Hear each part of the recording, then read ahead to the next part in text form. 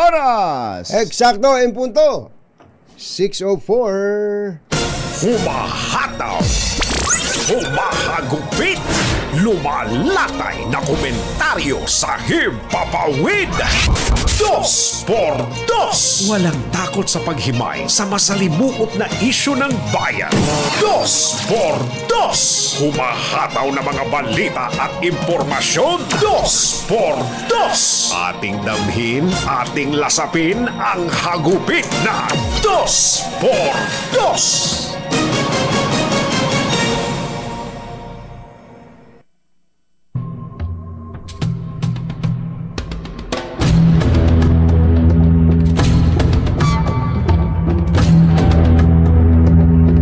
Question po ng Kongreso ang pinagbatayan ng Department of Agriculture sa pagtatakda ng 58 pesos kada kilong maximum suggested retail price o MSRP ng bigas. Sa pagdinig ng murang pagkain Super Committee kahapon, meron palang ganun Iginiit ng mga kongresista na hindi makatwiran ang mataas na MSRP o Maximum Suggested Retail Price sa harap ng mas mababang taripa at labis naman na supply. Ayos ba? Naglilip-sync ako sa iyo kasi hindi ka pinapakita sa... Hindi ka pa pinapakita. Ganun ba? Katwiran ni Agriculture Undersecretary Asis Perez, binalangkas nila ang 58 pesos na MSRP batay sa landed cost ng imported na bigas noong December na ayon naman kay Congresswoman Janet Garin ay sobrang taas dahil ang landed cost ng imported rice ay 35 pesos hanggang 39 pesos lamang bawat kilo. Kung isasama umano ang gastos sa logistics at kita ng mga negosyante, sinabi ni Garin na ang presyo ay dapat maglaro lamang sa 45 hanggang 49 pesos kada kilo na at sa tingin pa ng kongresista, wrong solution ang ginawa ng DA para matugunan ang mataas na presyo ng bigas. Isyu ng bayan. Dos. Maitim ang balak, magtago ka na. 2x2. Si Jerry at si Anthony, narito na. 2x2.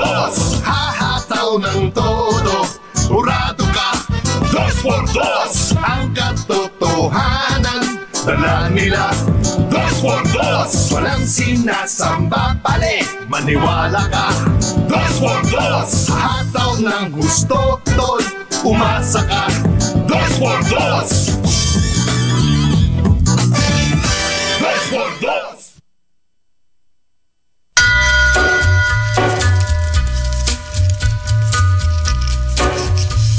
Hi. Maganda morning. Magandang umaga, bayan! Ito po si Anthony Taberna. Ito po si Jerry Baha. Muli pong sumasa inyo ang 2x2 sa umagang ito ng Friday! Yuhuu! Kumusta po kayo mga textmates, mga text partners? Sana po ay ayos na ayos lang kayo dyan. Wala pong nagkakasakit. At kung meron man pong nagkakasakit, sana po ay gumaling na po kayo. Lalo na yung mga nasa private hospitals, pinayayaman nyo yung mga private hospitals pag hindi kayo gumaling. Talaga? Oo. Saka sana ay nararamdaman na yung bagong mga packages o benepisyo ng PhilHealth. Yun po yung sinasabi ng pamahalaan, specifically ng Pangulong Bongbong Marcos, na kahit wala pa yung subsidy, andyan naman, meron namang sapat na pera ang PhilHealth para maibigay ang benepisyo ng ating mga kababayan na nagkakasakit. Pero pinakamainam ay talagang yung pag-iwas, yung prevention. Yun. sa sakit ang mga kailangan ho natin ginagawa tulad ng laging pagiging masayahin. Yan. Yan Kailangan laging kailangan laging naka-smile. Wag yung puro though your heart is aching. Wag yung puro paggising pa lang ng umaga sibangot ka na. May ganung tao, Di ba, no? Parang pasampasan mo ang problema ng buong mundo. Totoo. Tapos kung mag-isip ka laging negatibo. May ganun talaga. Wag hong ganun. Talagang bukod sa tatanda ka kaagad yan. Lilipas ka kaagad. Lilipas ka kaagad. Dahil tatanda, lilipas din ako. Tsaka yun nga, kumbaga yung kapag puro negative vibes ang ini-invite mo sa iyong sistema, magkakasakit ka nga yan. Yun talaga, kumbachero, katunayang napaka-importante ng good vibes. May mga tao nga po na may sakit na, ay napapagaling pa dahil sa pagiging masaya nung mga nakapaligid sa kanya. Ano katunayan yan? Ito po, ipagtatapat na po namin sa inyo, mga magulang at mga mahal na taga-subaybay. Meron pong mga testimonya. Ito ho'y mga patotoo ng tunay na tao, mga nabubuhay na tao na nagsabing sila'y napagaling ng 2x2. Opo, totoo po yan. Akala nyo, totoo po yan. Hindi po yan gawa-gawa lang o ano yan. Bakit kanyo? Bakit? Itanong nyo muna. Bakit kanyo? Dati po kasi merong ginagawa ang 2x2 na healing session. Baka hindi ninyo... Paano ba yung healing session? Simple lang yon. Kapag may pagkakataon po, pag sinabi na namin sa inyo na hawakan ninyo ang inyong mga radyo ng inyong kaliwang kamay. Kaliwang kamay, huwag kayo magkakamali. Huwag kaliwang kamay. Ayan. Doon naman sa mga nanonood sa telebisyon, hawakan ninyo ng kanang kamay ang inyong mga telebisyon. Sa telebisyon, yung telebisyon, kanan. Maaaring itanong ng mga nasa sasakyan, paano kung sila? Paano sila? Yung mga lalo na pasahero, nasa likod. Yung itaas lang ninyo inyong kaliwang kamay sa direksyon na kung nasaan yung radyo. Yung radyo, yung speaker. Yung speaker, yung radyo. Minsan yung speaker. Kapag may speaker naman sa tabi ninyo, yun na nahawakan ninyo. At sasabay kayo ng kapag binigkas na namin ng mga katagang gagaling, lalakas, pumapagaspas! Jerry Bacas at Anthony Taberna sa 2x2 sa DZRH. Napangiti ka ngayon. Napangiti ka. Tingnan mo na. Napangiti ka pala.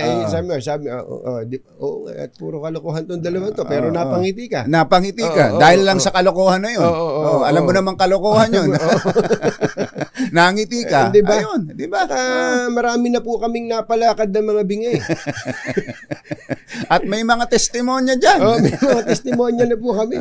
Na nakakita na po ang mga pilay, mga kaibigan. Hindi na ho namin kailangan gumawa pa ng mga peking Facebook account para sabihin ito ay gumaling sa ganito. Diba? May mga ganun, mga ginagawa ngayon. Daming ganyan lalo pat birthday ho ngayon ni Kumbachero. Mas makapangyarihan nyo. Mas matindi ho ito ngayon. Maraming salamat na. Happy birthday, Kumbachero. Thank you. Binabati ka ng lahat ng iyong mga taga-subaybay at mga nagmamahal. Siyempre, mga kaibigan, mga mahal sa buhay. At mamaya po, nangungumbida po si Kumbachero. Ito po'y gaganapin dyan sa Soler. Meron palang book launch, Kumbachero. Baka hindi mo alam ito. Sige nga. Meron palang isang aklat na marami nga nagtatanong, Kumbachero. Kasama ba ako dyan sa aklat na yan? Ganun. May mga nagtatanong na ganun. At kung kasama ako dyan, baka pwede bang makapunta? Sabi ng mga may mga nagtatanong na gano'n Oo. Ito po'y book launch na gaganapin pero parting hapunan na po ito mangyayari. Hindi na po lunch. Tapatan. Ayan, 50 years of living. One book to share. Ayan. Kinakabahan ako sa iyo. Ayan, book launch. Ayan, Pag magkakataon, ikaw magbabayad. Get a copy of the book and have a taste of Filipino culinary interlude. Yun. Sa kainan lang tayo. Ayan, mabalik tayo sa gagaling. Yung pong kinukwento namin tungkol sa pagaling, tumawa ka lang. Tumawa ka lang. Kapag ikaw ay... laughter is the best medicine. Alam mo ba kung Bachero na kinukwento si Javi yata, Jess Diaz ang nagkwento sa akin, na meron daw siyang kakilala na nasa medyo critical na ang sitwasyon sa pagamutan. Ang ginagawa daw, nanunood lang ng mga video clips na puro katatawanan. Puro katatawanan. Kung daw, hindi naman gumaling na, totally gumaling, pero bumuti yung sitwasyon. Gumanda yung kanyang sitwasyon, nakauwi na ng kanilang bahay. Diba? Katulad po nung kinukwento namin sa inyo lagi ni Kumbachero, ako lang kapag medyo nai-stress ako gagawin ko, hahanapan ko yung mga video clips ni Babalu yung bayaw. Sasapatusin kita bayaw. Ako tawa ko ng tawa mag-isa. Talaga. Ako rin, ginagawa ko matas minsan si Long Mejia. Napaka-loko rin ng tao na yun. Matutuwa ka rin, matatawa ka Tsaka yung iba pang yung mga lumang mga pelikula nila, Dolphy, Pachito, na makikita mo ninyo sa YouTube. Ang laking, kumbaga kung yung pakiramdam mo parang nanlalata ka na, bigat-bigat na, mawawala Totoo, napakala. Subukan nyo po. Subukan nyo lang. Nakikinig sa atin na para pakiramdam mo, pasan mo ang daigdig. Ipihit mo ng konti dun sa masaya. Ang totoo, nabanggit na namin yung iba na manood ka, pero tingnan mo lang, isipin mo lang yung mga masayang pangyayari sa buhay mo. Halimbawa, kayo nagbababag na mag-asawa. Wala ka nang makita sa asawa mo, kundi mga mali ng asawa mo. Puro mali. Mali. Yung pagsasalita ng asawa mo, yung pag-iisip ng asawa mo, magaan ang pingkok ng asawa mo. Yung asawa mong hindi na marunong mag-ayos, wala nung mag-asawa kayo. Dati gustong-gusto mong naka-duster, ngayon ayaw mo na siya ng naka-duster. Ano ba? Wala man damit ito. Pirmi na lang sasabihin pa timay ka, para hindi man lang nag-aayos ng buhok. Dati pirming naka-rollers ito. Dati panay ang pasalon. Pasalon. Ngayon, nakasamborga ang buhok. Tapos pagka kamalas-malasan mo pa, nakasubo pa sigarilyo. habang naglalaba. Hindi ba lahat na lang ay maiisip mo niya. Pero samantalang nung nakaraang mga panahon na kahit ano pa ang makita mong kapintasan ng girlfriend mo pa nung siya o nung nililigaw, talagang gusto inaalalayan mo. Halak-hakan kayo sa maliliit na mga bagay. Sinulatan ka lang ng konting sabi nga love note. Idinikit lang sa frigidaire at nakalagay na gano'n, mahal, mauna na ako umalis. I love you. Ayan. Kikiligin ka na. Ngayon pag nakakita kang love note, ano ba to? Dinikit-dikitan nitong project. Pangit pa na sulat. Ang mga kumbatsero ng bayan, Katunying at Ka-Jerry. Yan ang sinasabi natin. Kapag ganong puro reklamo na, magkakasunod-sunod, puro reklamo nga mangyayari sa'yo. Puro kabuisitan nga ang darating sa buhay mo at lahat nga ng negative sa buhay papasok sa iyo. Sabi nga nila Kumbachero, ang buhay kung paano mo siya titingnan Para siyang baso na may laman na kalahati lang, is it half full or half empty? Yeah. Pag tiningnan mo, half empty o half full? Ayan. Kapag ka tiningnan mo siya ng positibo, half full yan. Di ba? Pagka tiningnan mo na siya half empty, ano ba naman yan? Kulang na naman. Kulang na naman. Yun po, wala na tayo. Ganon din po sa ating araw-araw. Kaya yung mga anak natin, turuan natin na maging appreciative. maging mapagpasalamat kung ano meron. Grateful. Maging grateful sa lahat ng oras, hindi yung lahat ng makita sa paligid ay pinapasan niya at kinaiinggitan. Kinaiinggitan. Yung Facebook na yan. Nako, yung Facebook na yan. Facebook, Instagram, lalo na yung Instagram, kumbachero. TikTok. Pag tinignan na gano'n, nako, ito na naman si, nag-post na naman. Sigurado, hiram na naman ito. Masama talaga ang galing. Kung hindi hiram yan, utang yan. Yun. Diba? Doon pa lang, sa reaction pa lang na gano'n, masusundan na yun. Pag itinaas mo pang gano'n, may nakita na naman na gano'n. Mabubusit. Hindi ba? Yun ang tinatawag na algorithm sa Facebook. Pag tinitingnan mo yung nakakainggit, may lahat na yun. Lahat. Totoo nga. Minsan nga, hindi ko pa sinesearch na bagay na meron lang akong, may naramdaman ako sa katawan. Sa katawan ko. Ba't nagtataka ako pag bukas ko ng... Yun mismo ang naliliraw. Itong mga cellphone na to. Nararamdaman yata, nasusubaybayan na yata tayo ng mga cellphone na to. Iniispiyahan na yata tayo. Abangan po natin mamaya bukas makalawa. Baka yung cellphone mo niyayakap ka na. O kaya hinuhulog ka na. Doon sa higaan. Sandali po naman. Ang mga kumbatsero ng bayan, Katunying at Ka-Jerry. 2x2. Oras po natin, Mr. Jalamtang, Lakyam di Chaphun, 6:20 na ng umaga, ACS Balita. Susunod na.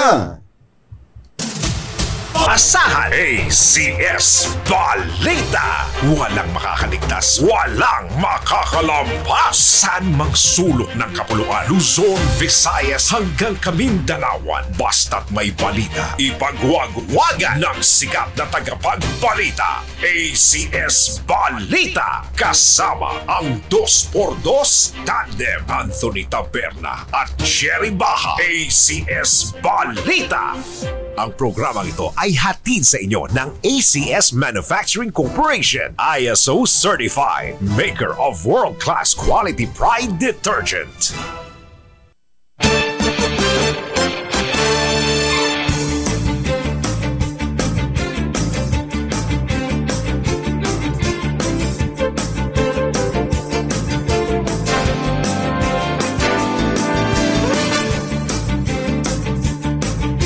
Araw po ngayon ng Huwebes, January 16. January 16 na ba? Sa ulo ng ating ACS Balita. Pondo sa itinatayong gusali ng Virology and Vaccine Institute, tiniyak ni Pangulong Marcos. Bilang ng mga nagugutom na Pinoy, tumaas ng higit 25% ayon sa SWS survey. Alice Go at 30 iba pa kakasuhan ng Anti-Money Laundering Council. Eleksyon sa Negros Island tuloy sa kabila ng pag-aalburuto ng Bulkang Kanlaon. 29 na pulis nasangkot sa stage na anti-drug operations pinaaresto na ng hukuman. At misis patay ng barilin dahil sa pagpapakalat ng chismis sa love life ng kanyang kapitbahay sa Bacolod. Magandang umaga, Luzon, Visayas at Mindanao. Good morning, Philippines. Hello, world.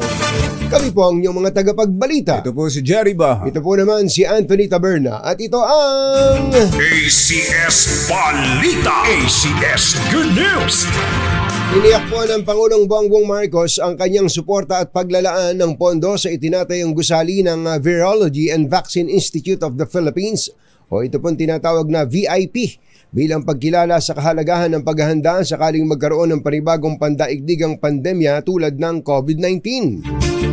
Ito po ang tugon ng Pangulo matapos humirit ang DOST ng pondo sa kanilang pulong sa Malacanang para sa proyekto at mapigilan ang pagkaantala ng itinatayong building. Ayon kay PBBM, naghahanap na sila ng pera para mapondohan ang nasabing proyekto. Nangangailangan ng DOST ng 680 million pesos para sa konstruksyon ng gusali. Kasama na rito ang pag-develop ng mga bakuna para sa tao, hayop at halaman. Ngunit walang inilaang pondo para rito ang DPWH. Tiniyak naman ni DOST Secretary Renato Solidum kay PBBM na hindi lamang limitado sa pag-aaral sa mga sakit ng tao ang kanilang ginagawa, kundi pati na rin sa pagtugon sa mga virus na nakakaapekto sa mga hayop at halaman. Tumaas ng mahigit 25% ang bilang ng mga Pilipinong dumanas ng gutom noong December 2024, mas mataas sa 22.9% noong September 2024. Batay ito sa survey ng Social Weather Station na isinagawa mula December 12 hanggang 18. Itinuturing itong pinakamataas na hunger rate mula sa 30.7% na peak sa panahon ng COVID-19 lockdown noong September 2020. Ang Mindanao ang nakapagtala ng pinakamataas na hunger rate na 30.3%, kasunod ang Balance Luzon 25.3%, Visayas 24.4% at ang Metro Manila 22.2%.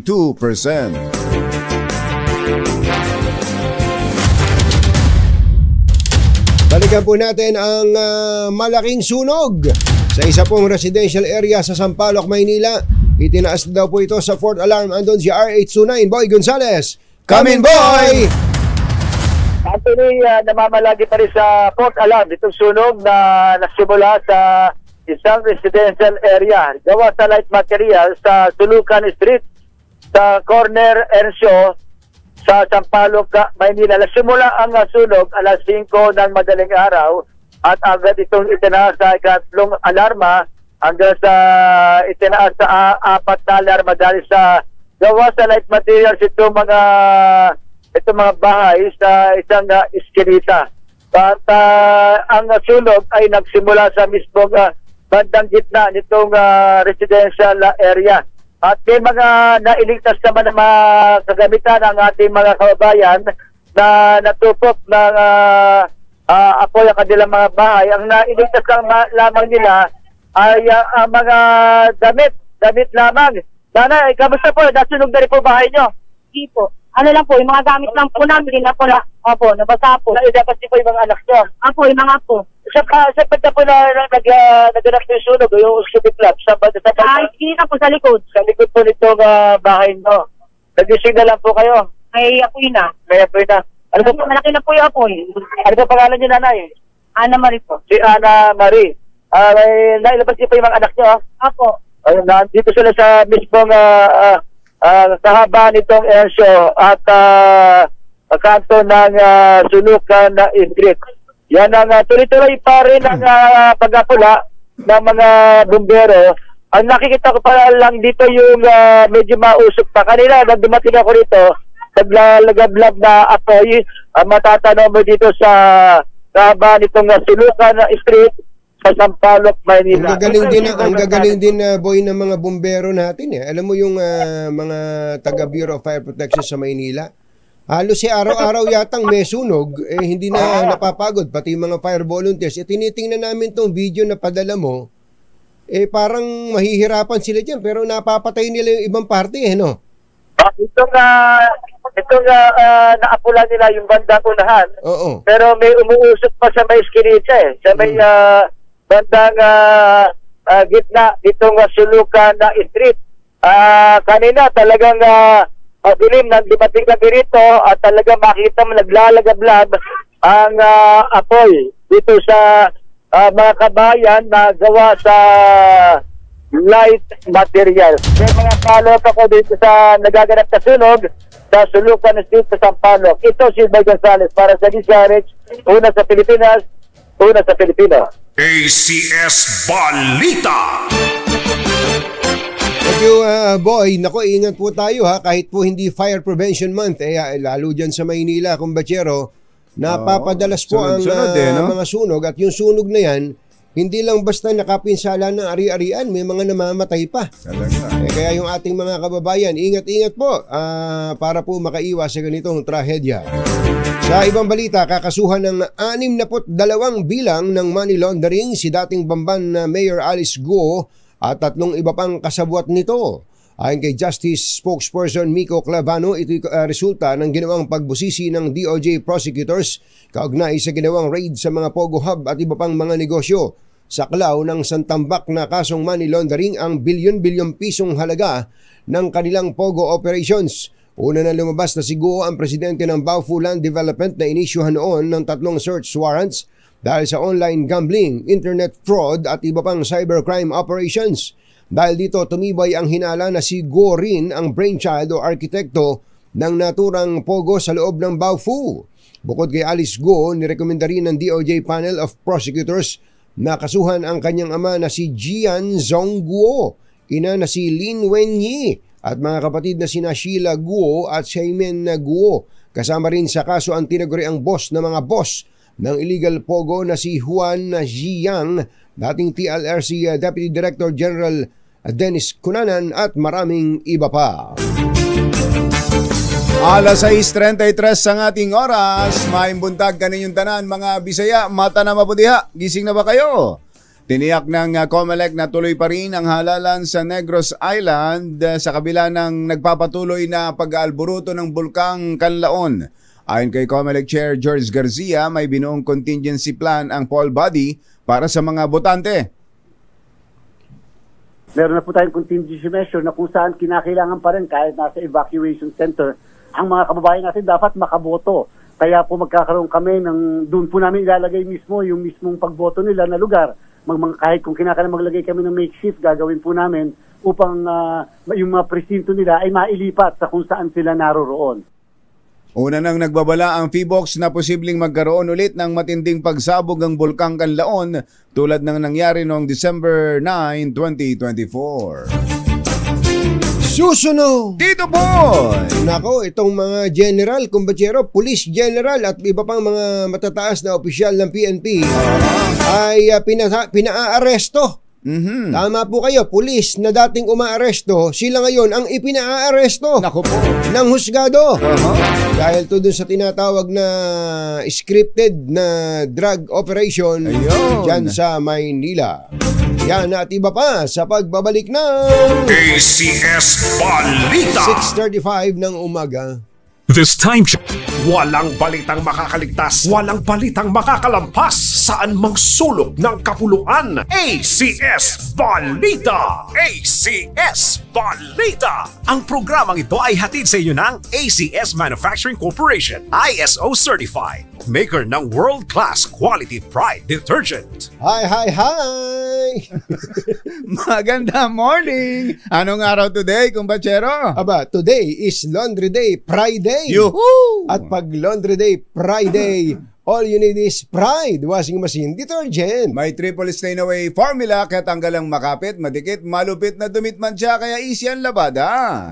Kaya pala mula noon hanggang ngayon, all you need is Pride. All you need is Pride. ACS. Kasama ang 2x2 tandem Anthony Taberna at Jerry Baha. ACS Balita. Alas 6:39 na po ng umaga, iniutos na ng Manila Regional Trial Court na dakpin ang 29 na dati at aktibong pulis na sangkot sa 6.7 billion pesos na drug haul noong 2022 sa Tondo, Maynila. Sa arrest warrant na inilabas ni Manila RTC Judge Gwyn Kalina ay pinaaresto ang 29 na pulis na harap sa mga kasong planting of evidence. Ayun. Dapat pala sa DA2 planting of evidence, pag-delay sa pagsasampa ng kaso, paglihis ng mga ebidensya, paglabag sa Comprehensive Drugs Act of 2002, at iba pa. Yun ang pinakamatindi. Kabilang sa mga ito, sina Police Lieutenant General, 3-star to. 3-star. Benjamin Santos Jr., Brigadier General Narciso Domingo, Police Colonel Julian Olonan, Lieutenant Colonel Defrey Punzalan at Lieutenant Jonathan Susongko. Inirekomenda po ng korte ang piyansa na 200,000 pesos sa bawat isa. Ayon sa Manila RTC, malinaw na tinangka ng mga akusadong pulis na iantala at ilihis ang mga ebidensya na nakuha mula kina Master Sergeant Rodolfo Mayo at isang Nelly Atadero. Lumilitaw din na hinati-hati ng mga pulis ang nasabat na droga. Nako. Na unang idineklara na umaabot sa 1 tonelada hanggang sa maging 990 kilos na lamang ito kinalaunan. Itong kung ganito talaga ang laman ng order ng husgado, kumbatsero, na malinaw na tinangka ng mga akusadong pulis na iantala at ilihis ang mga ebidensya, ewan ko kung makakalusot pa itong mga ito. Talaga, parang sa arrest warrant pa lang may desisyon na yung husgado Tsaka sa tindi naman talaga ng investigasyon na ginawa dyan. Ang haba niyan. Di ba kung maalala ninyo, mga magulang at mga mahal na taga-subaybay, may pinatupad pa nung nakaraan na yung resignation ng panahon ni Secretary Benhur Abalos. Dahil nga hindi pa makasuhan yung iba, hindi pa makitaan ng kasi pulis kapag ikaw ang pulis, alam mo kung ano yung pwedeng maging ebidensya laban sa iyo. Tama. Dahil sa magagaling, ang ginawa ng administrasyon ng DILG nung nakaraan magsumite ng courtesy resignation. At yung may sabit, hindi na yun yung tinanggap yung resignation. Ngayon napulaan pa si Secretary Abalos doon.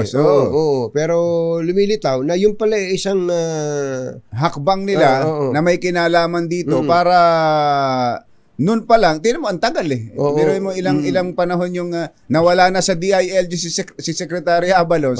Ngayon lang hirap siguro na-file yung kaso. Hirap siguro, nahirapan ng gusto ang prosecutors dito no? Totoo yan, napakahirap yan. Mga pulis Totoo, yung bang kabaro system, tapos pagkakabaro mo tapos mga yung iba diyan top brass pa nga Tapos ganun nga may yung conspiracy na sinasabi ni Secretary John Vic Remulla na para bagang naging ang modus ng sindikato, sabihin na nating sindikato ito, pag may mahuhuli, maglalabas ng konti do sa mga na-embargo na nilang shabu, maglalabas ng konti para patunayang ito may huli rito, may reward na naman. Manghuhuli na naman sa mga susunod, tapos lalagyan ulit ng mga shabu galing doon sa bodega nila. Tama. Napakalaking kalokohan. May reward na naman sila. Napakatitindi talaga. Kaya sabi nitong si Secretary John Vic Remulla Combatsero ganito. After an exhaustive investigation, matapos ang nakapapagod na pag-iimbestiga, it seems mukha that even General Rodolfo Azurin na maging si General Rodolfo Azurin, dating PNP chief, was involved. Ay sangkot. Tindi, naku, pati PNP chief, pati yung dating PNP chief, PNP chief during that time, isip-isipin mong problema yan. Paano ka ngayon ang dating nun, kumbatsero, kung ito na yung kalakaran, paano ka magtitiwala ngayon sa mga huli-huli na yan? Kaya nga. Anak ng bakang dalaga. Alas 6:45 ang ating oras. Mayong aga, mga pinalangga. Bugtaw na kamo, gising na. Isang 51 anyos na misis sa Bacolod ang nasawi matapos barilin ng kapitbahay na lalaki dahil sa pagkakalat ng chismis. Nako. Ayon sa investigasyon, nagtamo ng tama ng bala sa likod ang biktima ng barilin nito ng suspect na mabilis na tumakas matapos ang pamamaril. Sa investigasyon ng Bacolod City Police, noong 1 taon pa may hidwaan ng dalawa dahil sa ipinagkakalat na chismis ng biktima sa kanilang mga kapitbahay. Tumindi ang galit ng lalaki nang iparating ng biktima sa kanyang live-in partner na nasa abroad na may iba siyang karelasyon. Naku po. Mario Joseph. Dahil dito, inaway ang lalaki ng kanyang live-in partner. At sa aburido naman ng suspect ay, iyon nga, binaril ang pinagbibintangan nitong chismosa. Sumagad na siguro. Yun mali yung ginawa nitong suspect na ito. Subalit dito dapat may matutunan din yung mga mapaghati dumapit. Ito pala talagang mukhang tinawagan pa yung live-in sa abroad isinitsit yung yung lalaki. Buhay na ng may buhay yun eh. Yun ang problema. Nagatid sa kabuuan ng ating ACS Balita. Ito po si Anthony Taberna. Ito po si Jerry Baha. ACS Balita. Kasama ang 2x2 Tandem Anthony Taberna at Jerry Baha. ACS Kung mga Balita. kababayan natin sa Oriental Mindoro, kumusta na po ba kayo? Oo nga, naalala namin kayo. Oo, naalala namin kayo dahil sa inyong mga karanasan na pangangapa sa dilim. Oo, sobrang nakakalungkot. Akala natin na-solve na yung problema dyan. At ang totoo, sabi nga ng mga kakilala natin sa Mindoro, kahit kamahal, magbabayad ako ng kuryente basta may kuryente. Talaga. Bagamat hindi dapat nangyayari yun, kumbachero. Yung bang wala kang ibang choice. Kapit sa patalim. Kapit sa patalim. Mamaya po may makakausap tayo, baka meron siyang solusyon sa problema sa kuryente ng ating mga kababayan at pati na ng mga tamaraw dyan sa Oriental Mindoro. Oras po natin, Achi, Mr. Jalamtang, oy Achi Edilingo, kumusta na po kayo? Lakyam, Shapchithun, 6:47 ng umaga.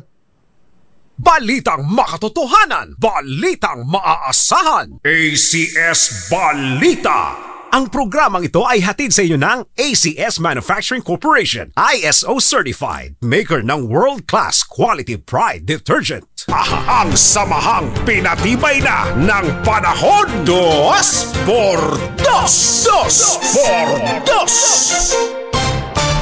Let's Marvin Gaye and get it on. Oy, ngiti-ngiti dyan ha. Yung mga sambako ng mukha dyan ha. Smile. Just Your heart is aching. Boses mo pala si Nat King Cole. Parang si ating Elizabeth Ko. Si Meow. Sabi niya, smile makes a big impact to your life, especially sa morning. Totoo. Nakaka-good vibes. Ayan. Pero sabi siguro ng mga taga-Mindo, paano naman ako ma-smile walang kuryente? Ayun nga lang. Ano nga ba sitwasyon ngayon? Nung isang araw, narinig ko si Kuya Angel na ini-interview si former Governor Rodolfo Valencia ng Oriental Mindoro. Meron siyang binabanggit tungkol sa posibleng solusyon pinatawagan uli natin para lang ma-expound yung tungkol sa Semirara Energy something. Okay, nasa linya uli natin. Maikli lang, Governor Rudy Valencia. Gov, magandang umaga po sa inyo. Si Katunying po ito, saka si Ka Jerry. Magandang umaga, Katunying at Ka Jerry. Magandang umaga po, Gov. Opo. Ano po ba ang sitwasyon ngayon dyan sa Mindoro pag-uusapang kuryente? Ang alam namin somehow ay naremedyohan na yan sa tulong po ng pribadong kumpanya, ng NEA at saka po ng ERC at DOE. Hindi pa po actually sumasama pa nga Katunying, no? Sapagkat ngayon brownout capital ang Mindoro. Nasa Google lahat yan. Hindi po, yung actual po ngayon ay gaano kadalas po ba ang brownout? Gaano kadalas at katagal? Ay, madalas po, laro na sa mga barangay na malalayo, halos araw-araw yan, tumatama ang brownout. Halos lahat po yung 15 bayan namin at mga sityo. Nagreklamo ko dahil wala nga kuryenteng maayos. Opo, hindi po. Alam na po namin na may problema po dyan Pero ngayon po, gaano katagal ang brownout pagka po dumidilim dyan sa lugar po ninyo? Sa mga bayan malalayo, halos kumisan buong gabi. O kaya kumisan 5-3 oras, ganun. Pero sa bayan kumisan, meron naman. Pero araw-araw, halos walang problema. Umaga at gabi, meron ng brownout. Kasi yung mga nagpapatakbong IPP sa amin, hindi naman mga qualified.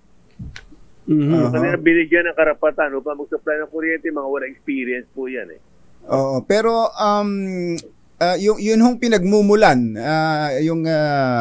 ng kuryente. Andun ho ba ang problema sa source, sa generation? Sa generation siya kasi distribution Ka Jerry. Generation and distribution. Kami ever since sinasabi namin sa kanila yan. Meron pong Solusyon po para dyan sa immediate solution ng available na provision namin. Wag lang po nilang dadayain ang mga tinatawag na competitive selection bidding.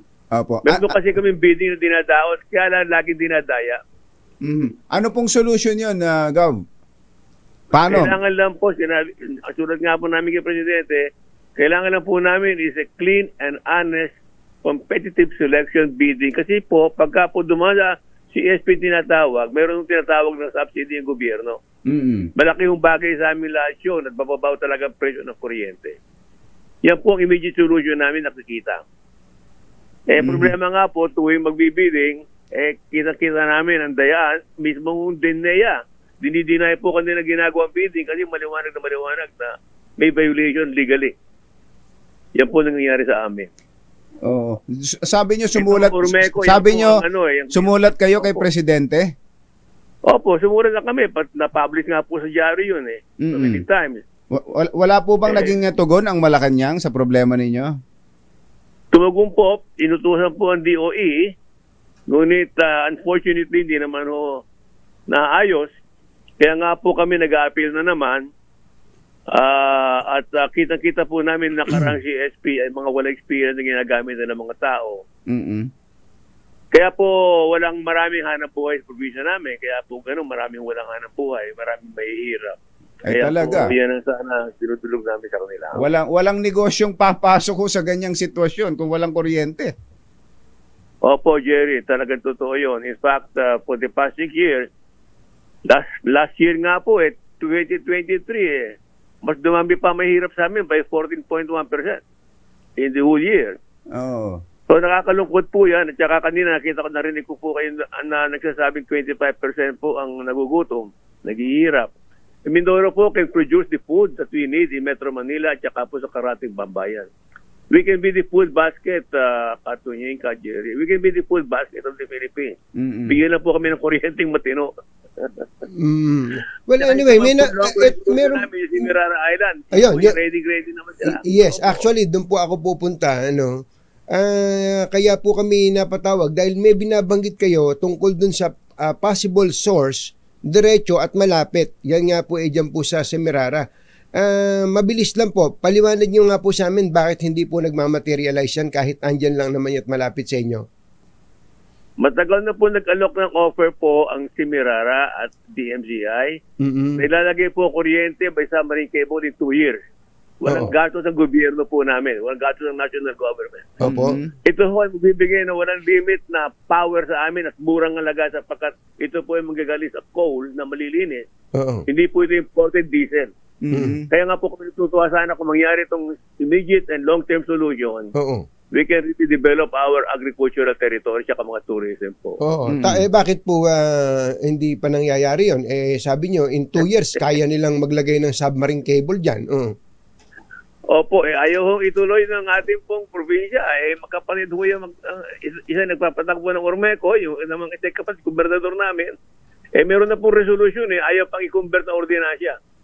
Yan po problema namin ever since for the past 5 years. Hindi, pero sino naman, kung yan po ang solusyon, ba't naman hindi pipiliin ng mga politiko dyan yan? Kung tama naman yung sinasabi nyo na yan na solusyon. Meron ba naman, meron ba namang isang matino na leader ng kanyang bayan na nakakakita ng solusyon sa napakatagal ng problema tapos tututulan? Hindi yata tama yon. Opo, in fact, yung pong 3 congressman namin, nagpasa na nga po ng resolution. Pinapakiusapan silang iprobahan na. Mismo hong DOE nung araw, nung panahon po ni Alcusi, ito ay pumirma ng kasunduan ng DMCI. Hindi pa rin tinuloy. Kaya, Diyos ko, hindi namin talaga naintindihan kung bakit po napakasimple ayaw nila ituloy.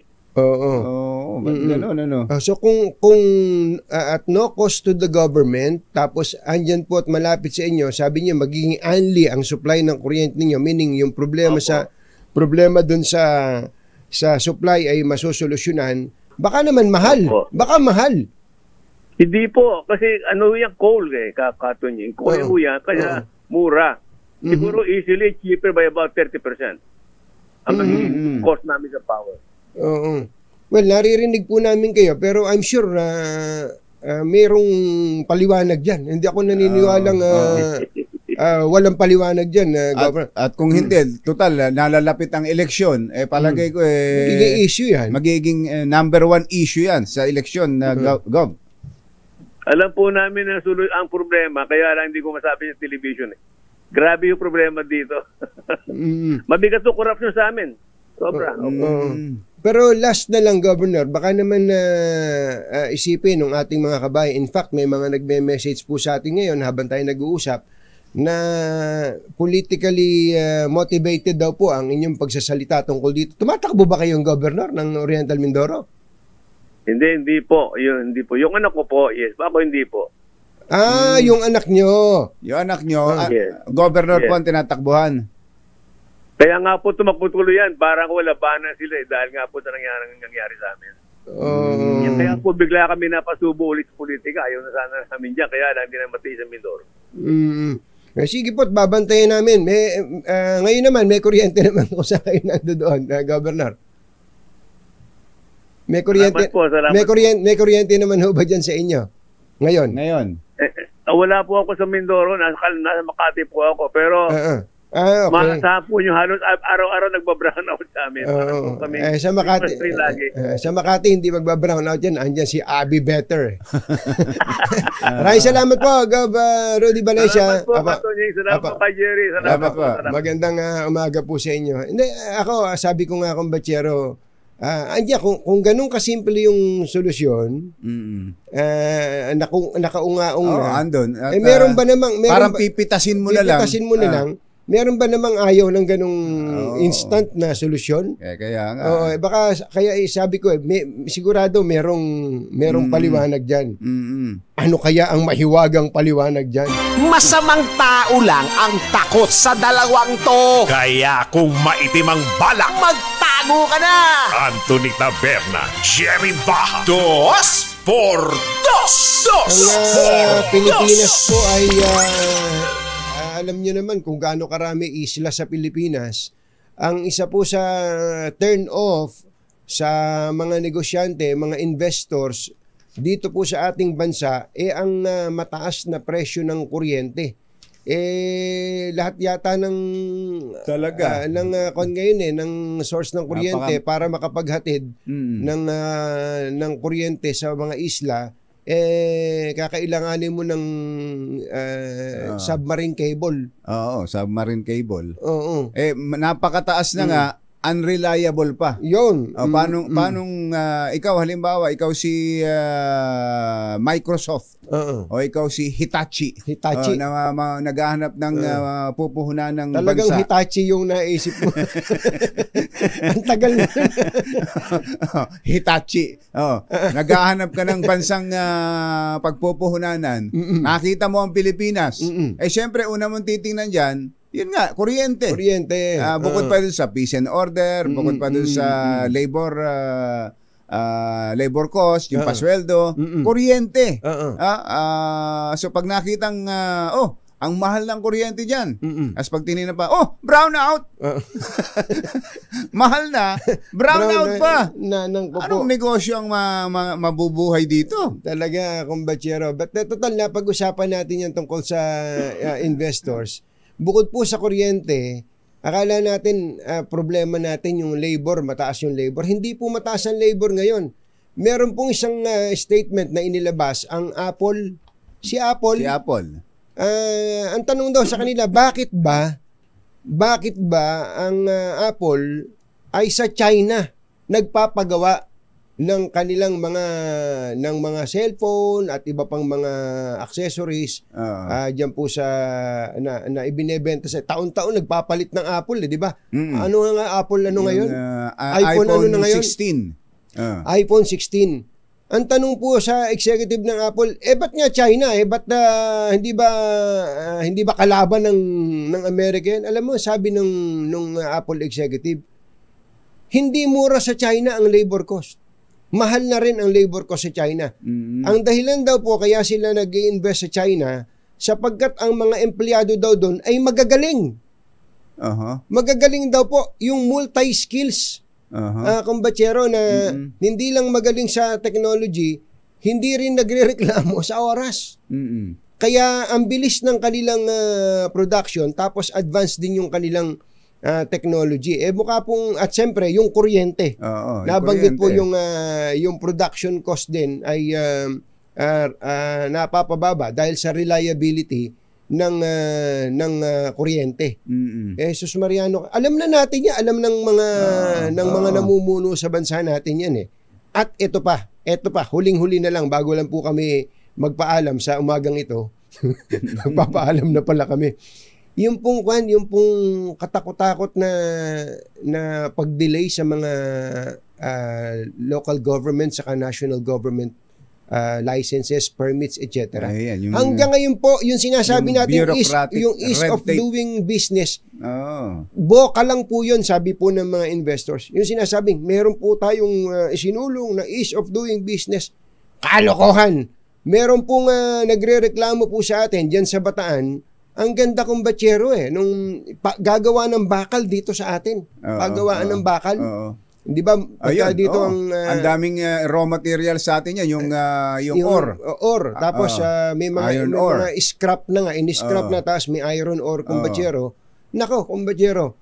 Bago pa mag-pandemic, tapos na yung building para po magtayo ng planta doon. Hanggang ngayon, walang ECC, DENR, ano na nangyayari? Kaya kung gusto nyo ng mas maraming investor, ayusin muna natin yung basic. Ayusin natin. Ano po yung basic, mga kababayan? Huwag patagalin ang pag-i-issue ng kung ano-ano mga permits dahil pagka pinatatagal, iniisip nila, nanghingi ka ng lagay. Ayun na nga. Ganun na nga yun. Corruption! Kauna-unahan sa Pilipinas. NBC Manila Broadcasting Company. DZRH. Member, kapisanan ng mga broadcaster ng Pilipinas. Member KBP. Oras! Uy, dun po sa mga naghahanap ng konting pera dyan, may namimigay po ng pera dyan sa DB Centrasa Village, Barangay Pamplona 1, Las Piñas. Las Piñas. Kapopoy, 10 minuto na makalipas ang 7 ng umaga. Balitang bagong-bago, balitang dapat alam mo, balitang magdadagdag ng talino dahil bagong impormasyon, makibalita, unang-una sa DZRH. Pangunahing balita kasama ang 2x2 tandem nina Anthony Taberna at Jerry Baha. Ngayon po ay araw ng Huwebes, January 16, 2025. Sa ulo ng ating mga paunahing balita, 58 pesos na maximum SRP sa imported na bigas, kinwestiyon sa Kamara. 6 na milyong balota na sayang sa TRO ng Supreme Court. Davao City, mas matraffic na ngayon kesa sa Maynila. Pang-8 sa worst traffic city sa buong mundo. Ganun. Net satisfaction ratings ni Pangulong Bongbong Marcos at VP Sara bumaba sa 4th quarter survey ng SWS. 6 na taong gulang na bata ni rape ng 2 minor de edad sa Pampanga.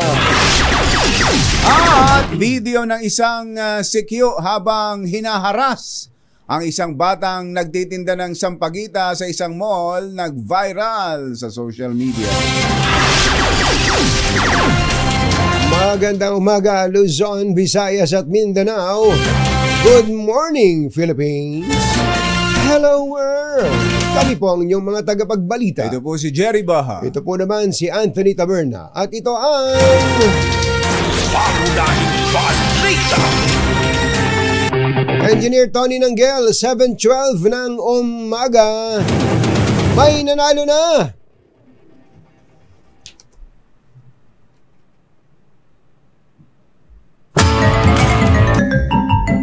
Ito na ang ating winner sa DZRH Bagong Taon, Bagong Lakas Promo.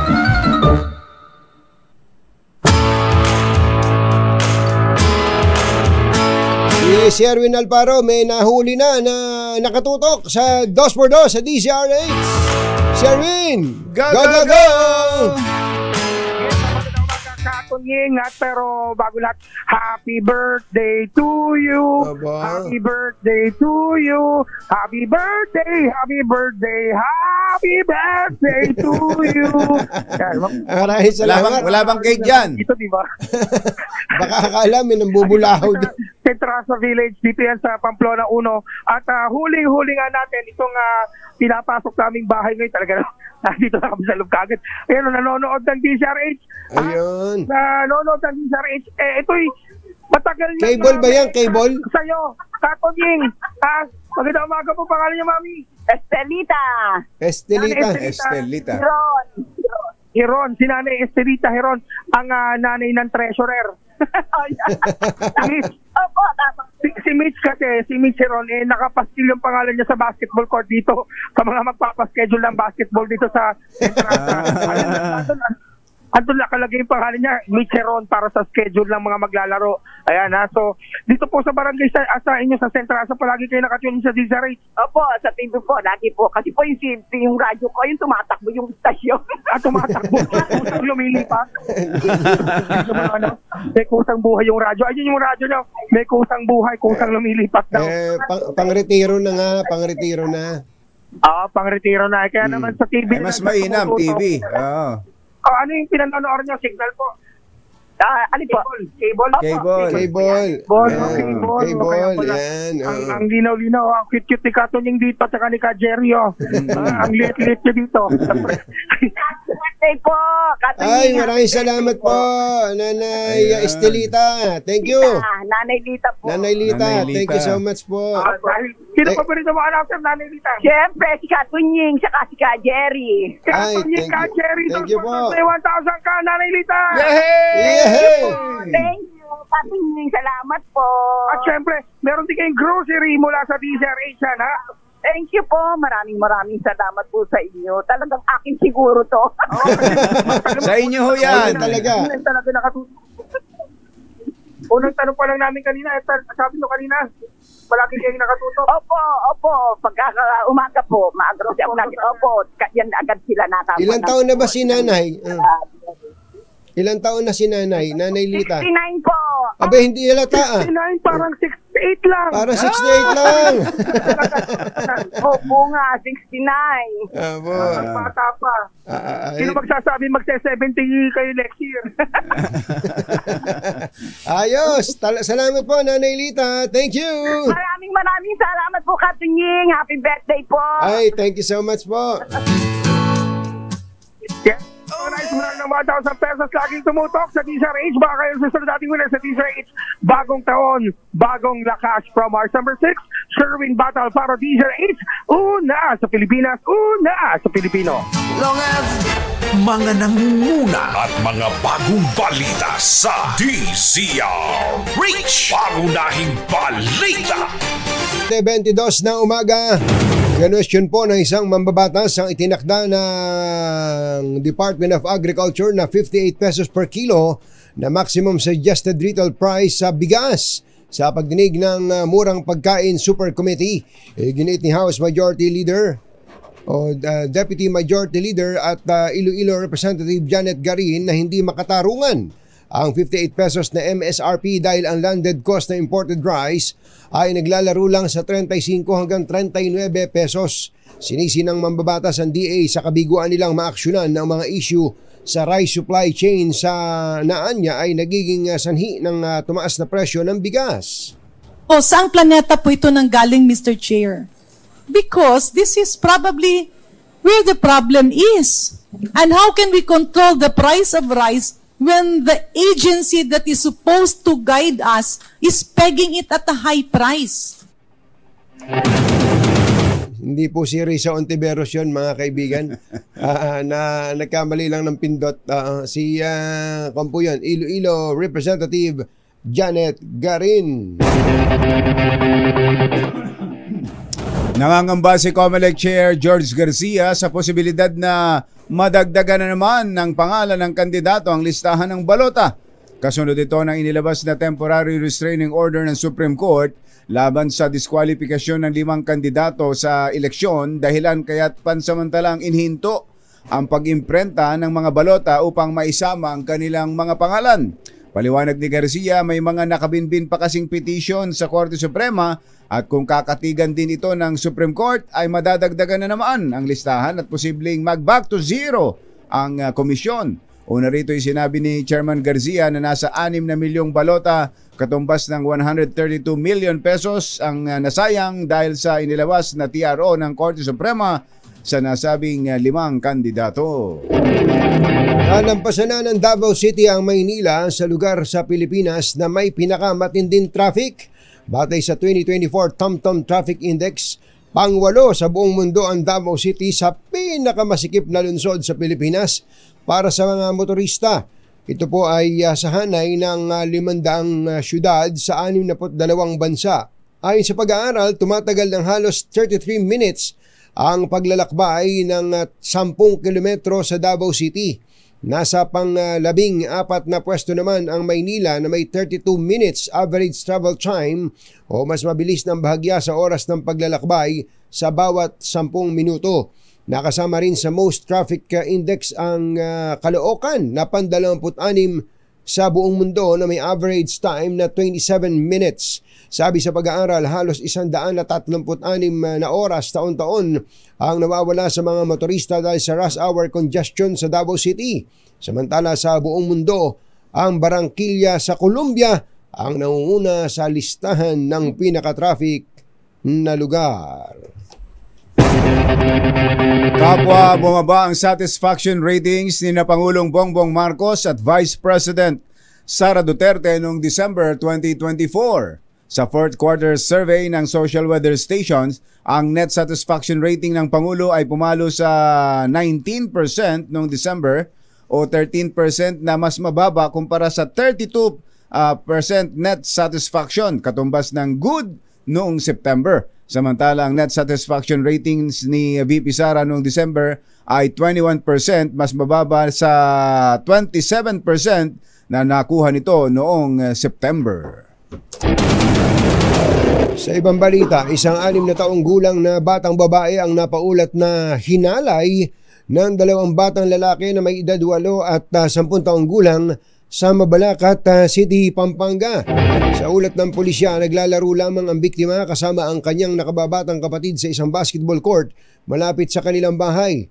Di kalaunan ay bigla na lamang sila nilapitan ng 2 bata at saka hinila ang biktima papunta sa isang damuhan. Tinulak ng isa sa mga bata ang biktima at dito nagsimula ang magkasunod na panggagahasa sa batang babae. Agad namang nalaman ng mga magulang ang insidente matapos na magsumbong ang bata pagka-uwi nito sa kanilang bahay. Ipinag-alam agad ito sa barangay at ngayon nasa pangangalaga na ng DSWD ang 2 minor de edad. Viral ngayon sa social media ang nangyaring pagtatalo ng isang security guard at isang batang estudyante sa labas ng isang mall sa Mandaluyong. Ayan ayan pala yung video. Uy! Ay, tinadyakan yung bata. Oo. Ay, lumalaban yung bata. Hinahampas nung... Ayun. Lumalaban yung bata. Bakit kaya? May mahaba pang baril yung security guard, ha? Sa naturang video, makikita ang pagpapaalis ng CQ sa batang babae na naka-uniforme pa habang bitbit ang itinitinda niyang sampagita. Nagtitinda ng sampagita.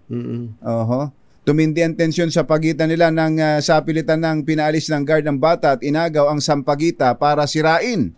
Nanlaban ng bata at pinaghahampas ang security guard pero binawian naman ito ng tadyak. Yun na nga.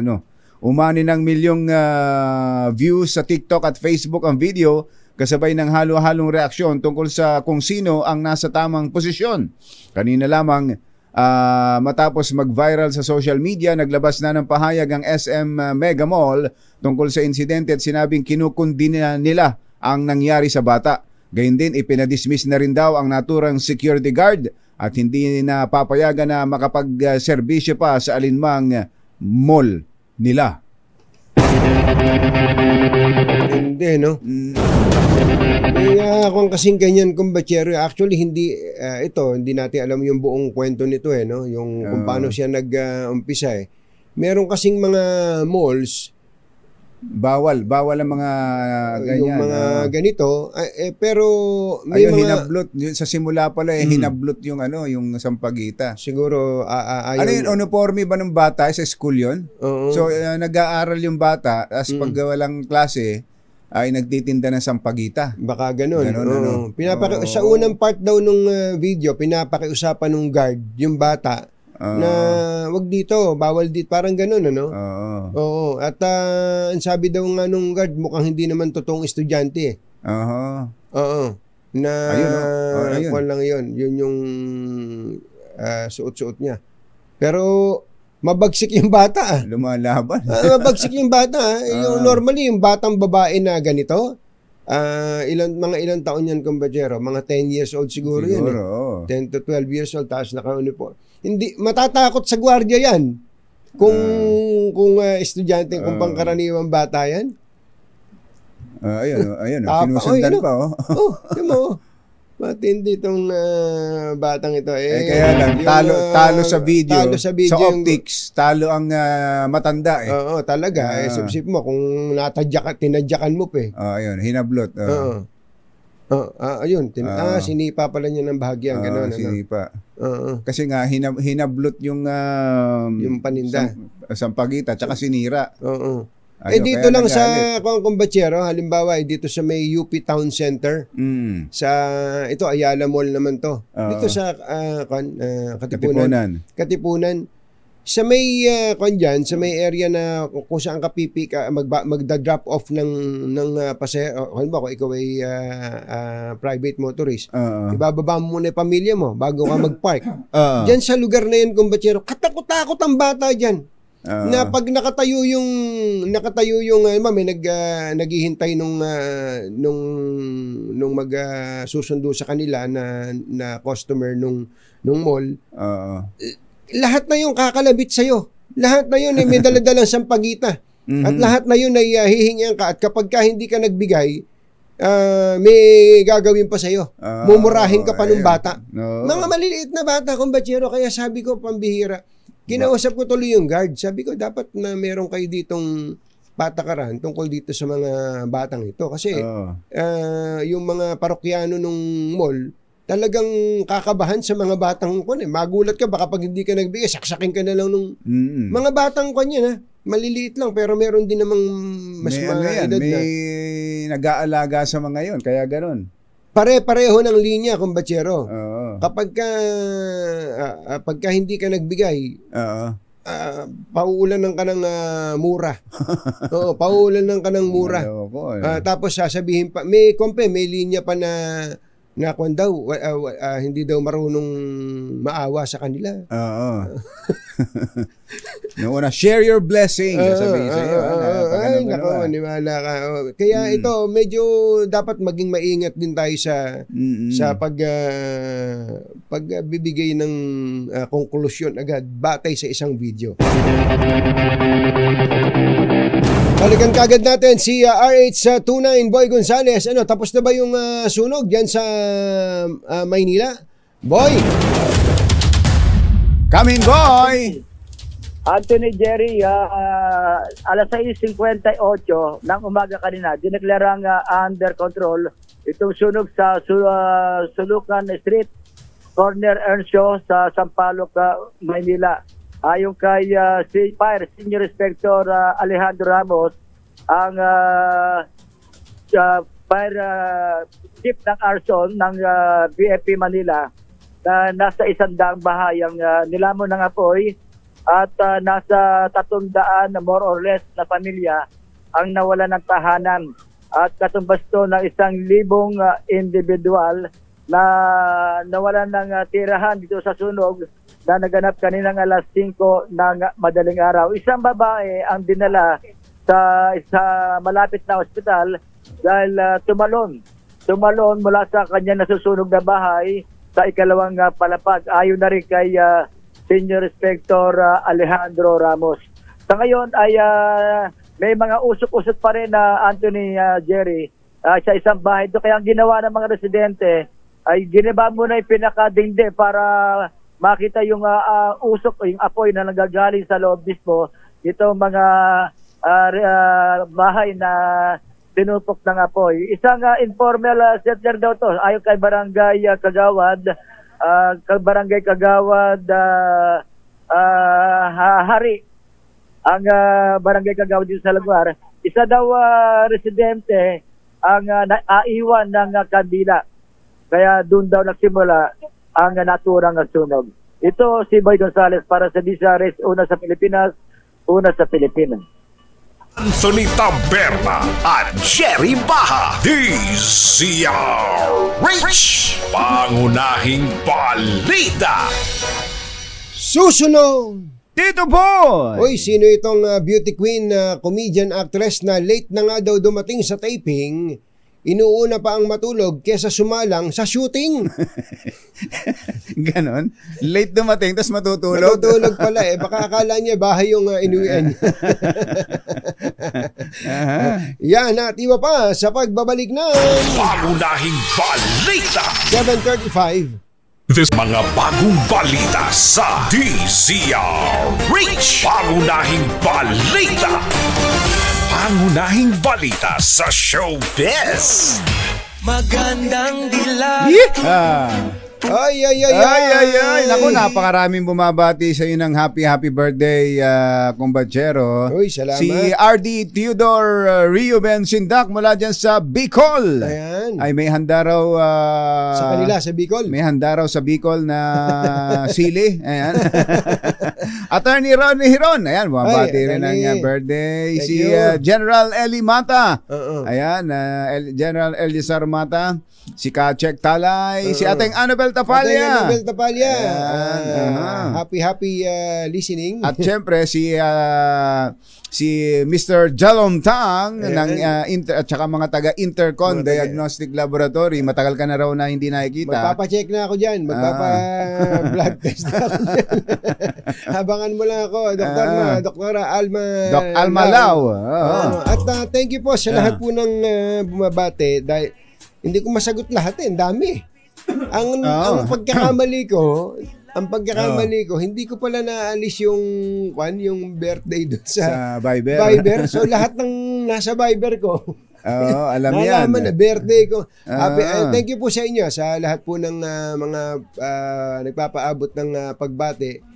At pakikiramay na rin sa akin dahil dami mo nagpapalibre dito. Si Ka Jerry tsaka si Ka Beth Labasan. Birthday din pala ngayon daw. Kumbachero ni Attorney Rurik Pajernos. Si Attorney Rurik. Wala ka man lang kakibo-kibo. Magka-birthday pala kayo, ha? At ka-birthday din ninyo si Sunny Pineda. Ay, oo nga. Diyan sa Finance Central. Sunny, happy birthday. Thank you po, RD, Ninong RD Dong Tolentino at pati si RD Ronald Tan. Kahit nasa Indonesia, nakikibati tsaka sa si atin. Dr. Helen Tan, kumusta si po Governor. Thank you. Sino kaya itong beauty queen na late na nga dumating sa taping? Imbis na sumalang kaagad, kumbachero, ay natutulog muna. Oo, inuuna pa yung pagtulog. Beauty rest muna. Baka nga naman nagbo-beauty rest. Sino kaya ito? Alamin nga natin sa ating showbiz legend, Morley Alino. Magandang morning, Morley! Yes! Magandang morning, Luzon, Visayas at Mindanao. Ang unang...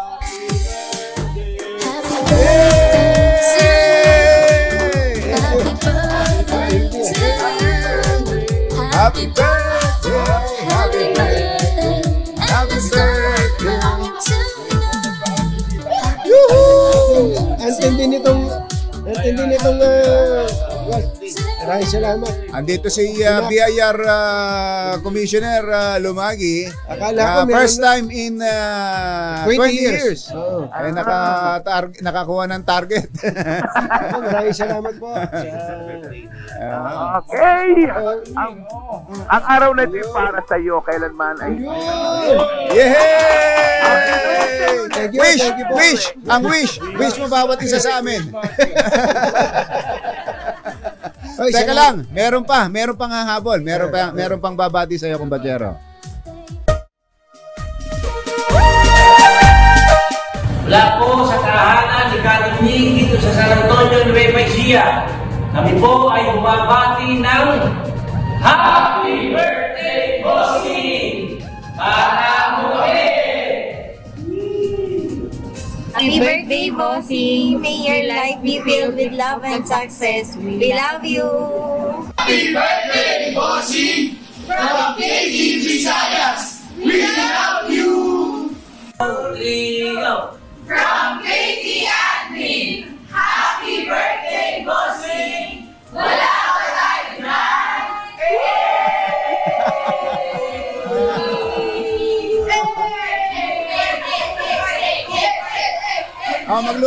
Magluto na kayo. Hi Dad, happy birthday! We just wanted to let you know how much we love and appreciate you and everything you do for us. Thank you for being our best friend and our super dad. We love you so much! Papiging. Hey! Mukhang may matinding papiging ngayon dyan sa DCRH na tawagan na ba si Gobernador? Teka lang, Morley teka lang. At ito. May babati pa uli? Meron lang. Sige. Kakain lang muna ng cake si Lakay tsaka si Kumbachero. Sige. Alam nyo naman, may diabetes ako. Talagang dinagdagan. Sugar free. Thank you sa aking mga mahal na kapamilya dito po sa DZRH. I love you all. Thank you. Thank you po. Si Admiral Adeluis Bordado. Ayan. At ang buong PMA Maringal Class of 1988 ay bumabati rin sa iyo, kumbachero, ng happy birthday. Thank you po sa mga taga class of 1988. Maringal class of 1988. At salamat din po sa mga kapamilya ko diyan sa Katunying. Ayan, magluluto na sila ng panghanda ng pansit. Pansit ni Nanay Benny. Ayan. Morley, andiyan nga pala.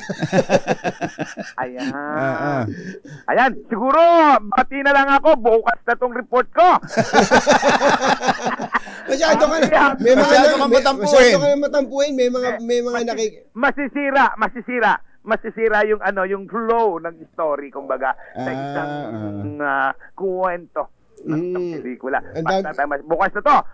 Masasabi ko lang, Katunying, mabuti kang tao, mabuti kang tatay, more blessings, maganda sana ang health mo. I love you so much. I love you too. Happy birthday. Thank you so much, Babu. Thank you, Tita Morley Linyo. Ang dami na nanghuhula dito eh. May mga nanghuhula na. Pero ito, hindi na kailangang hulaan dahil ito pa lang si Kuya Will. Si Kuya Will, Willie Revillame, ay nagbigay daw po ng 1 million piso sa komedyana at aktres na si Rufa May Quinto. Tulong daw po ito ni Kuya Will kay Rufa May sa gitna ng kasong kinakaharap sa kanyang pagiging modelo ng Dermacare na nasasangkot sa illegal na investments. Sa social media account ni Quinto, ibinahagi po nito ang pagbisita sa show ni Willie, kalakip ang caption ng pasasalamat sa TV host. Matatandaan pinayagan ng korte ang aktres na makapagpiyansa ng 1.7 million pesos matapos yan sumuko sa NBI dahil sa kinakaharap na kaso. Mga nangunguna at mga bagong balita sa DZRH. Pangunahing balita. Balikan pa natin ang ilang mga balita. Record-breaking ang isang 36 anyos na Pinay na nakabiyahe sa 175 bansa gamit ang Philippine passport. Grabe to. 195 countries. Kinilala po ang nasabing Pinay na si Katz Umandap, isang overseas Filipino worker. Si Umandap ang tinuturing ngayon na kauna-unahang Pilipino sa kasaysayan na nakabiyahe sa halos 200 bansa gamit ang pasaporte ng Pilipinas. Ayon kay Umandap, sa dinami-dami ng mga bansang kanyang napuntahan, ang lutong Pilipino pa rin ang pinakamalapit sa kanyang puso. Ano kaya ito? Kung meron ba siyang amo na kasama siya lagi o siya ay nag-ipon para siya makabiyahe? At gaano kaya katagal yon yung 195 countries na yan? Oo nga. Magandang ma-interview natin to si Katz Umandap. Samantala, total mga chill-chillax na mga balita na ito. Sweet na sweet daw sa social media ang newlyweds na kongresistang sina PBA Party List Representative Margarita Attorney Migs Nograles Almario at Davao Oriental 2nd District Representative Chino Miguel Almario. Sa kanilang Instagram at Facebook post, mababasa ang tawagan ng dalawa na better half. Better half. Kalakip ang kanilang mga larawan at video. Gaya na lamang ng birthday message ni Congresswoman Migs sa kanyang asawa na anyay ipinagpapasalamat niya sa Diyos na nakilala niya.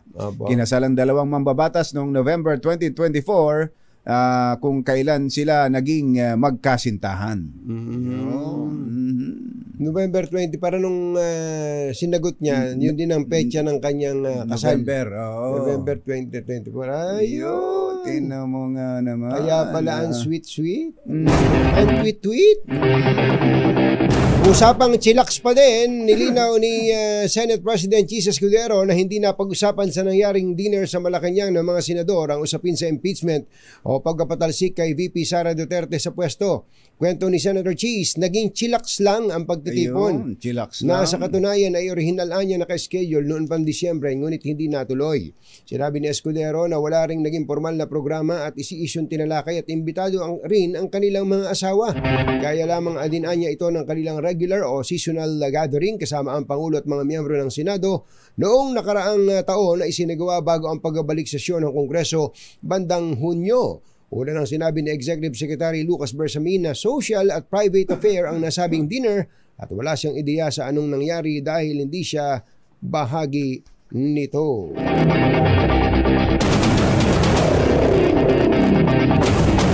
No comment si PNP Chief General Romel Marbil sa issue ng term extension.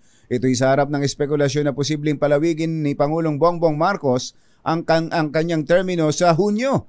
Una na rin nagpahiwatig si DILG Secretary John Vic Remulla na may indikasyon na posibleng ma-extend ang termino ni PNP Chief Romel Marbil. Kahit wag na. Kahit siguro wag na para mabigyan ng give chance to others. Parang talagang extraordinary ang kanyang performance.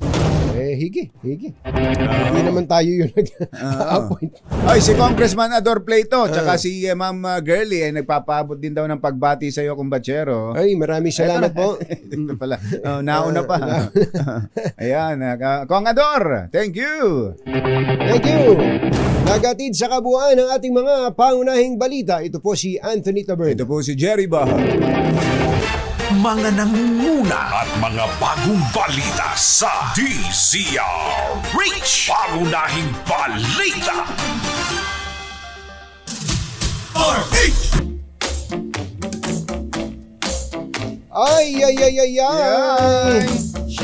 Ay, thank you kay General James Brillantes at salamat po sa inyong tropa at gayon din kay Colonel Ariel Kerubin. Sir! Yes, sir! Yes, sir! Maraming salamat po sa inyong pagbati. At ulitin ko lang doon sa marami nating mga kababayan na bumabati at especially yung naaalam yung number ko. Kung hindi ko po masasagot lahat, patawarin niyo na ako. on air na lang kayong pasasalamatan. Maraming salamat po sa inyong lahat. Baka gusto niyo nang magpalit ng bubong ng bahay, sabi ni Kuya Elmer ngo, ha? Buti na lang may bubong na maaasahan. Gawa sa state-of-the-art technology. May aluminum na. May pintura pa. Now available na rin sa pre-painted tiles pan. Para sa eleganteng bubong na matibay na, makulay pa, mag-Cherry Loom pre-painted ka na!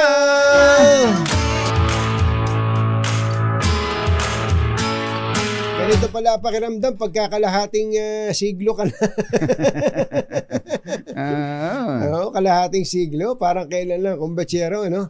Nung nag-umpisa ka sa DCEC, 17 years old ka lang noon eh. Oo, di ba? Sinusundan ko yung mga dinaanan mong gano'n, kumbachero. Di ba? Nung nag-aaral ka, tapos tatrabaho ka sa DCEC, nung paglipat mong gano'n, ako rin gano'n ang dinaanan ko rin. Totoo po ang aming life path o pati na rin ang career path ni kumbachero, halos magkapareho. Maaga po kami nag-umpisa, pareho po kaming working student, pareho po kaming trabaho sa DCEC. Habang nag-aaral. That was sa party ko, 33 years ago na pala yun, kumbachero. Ikaw, 30 ano? 28 siguro. 28, pero 28. Isip-isipin mo, no? Ganun lang pala kabilis yun. Nag-uusap nga kami nung ni Nanay Benny eh. Sabi ko, Nanay, medyo nakakapangamba din dahil ang mga lalaking taberna, ang iikli ng buhay. Muntik pa ako mabatukan eh. Kasi yung kapatid ng tatay ko, yung panganay, 29 years old lang. 29 years old lang. Yung tatay ko, 59 years old lang. Nung nagsipagpaalam. Ay, Kile, sabi ko, kailangan malampasan ko yun. Wala naman silang karanasan na nung bagong salta sa Manila, dyan sa Bago Bantay, tumatawid, pinaswitan ng polis. Hoy! Bawal yan! Ikaw nga, lilingon ka pa. Yung may bag na pula. Maraming salamat po, lalo na sa aking may bahay at aking mga anak na mahilig manrepresa. Thank you. I love you all. At siyempre, sa ating Panginoon Diyos na lagi at lagi na napakabuti kahit na hindi karapat-dapat ang inyong lingkod. Thank you! Bye! Happy weekend! Woo! Damdaming Bayan! Susunod na!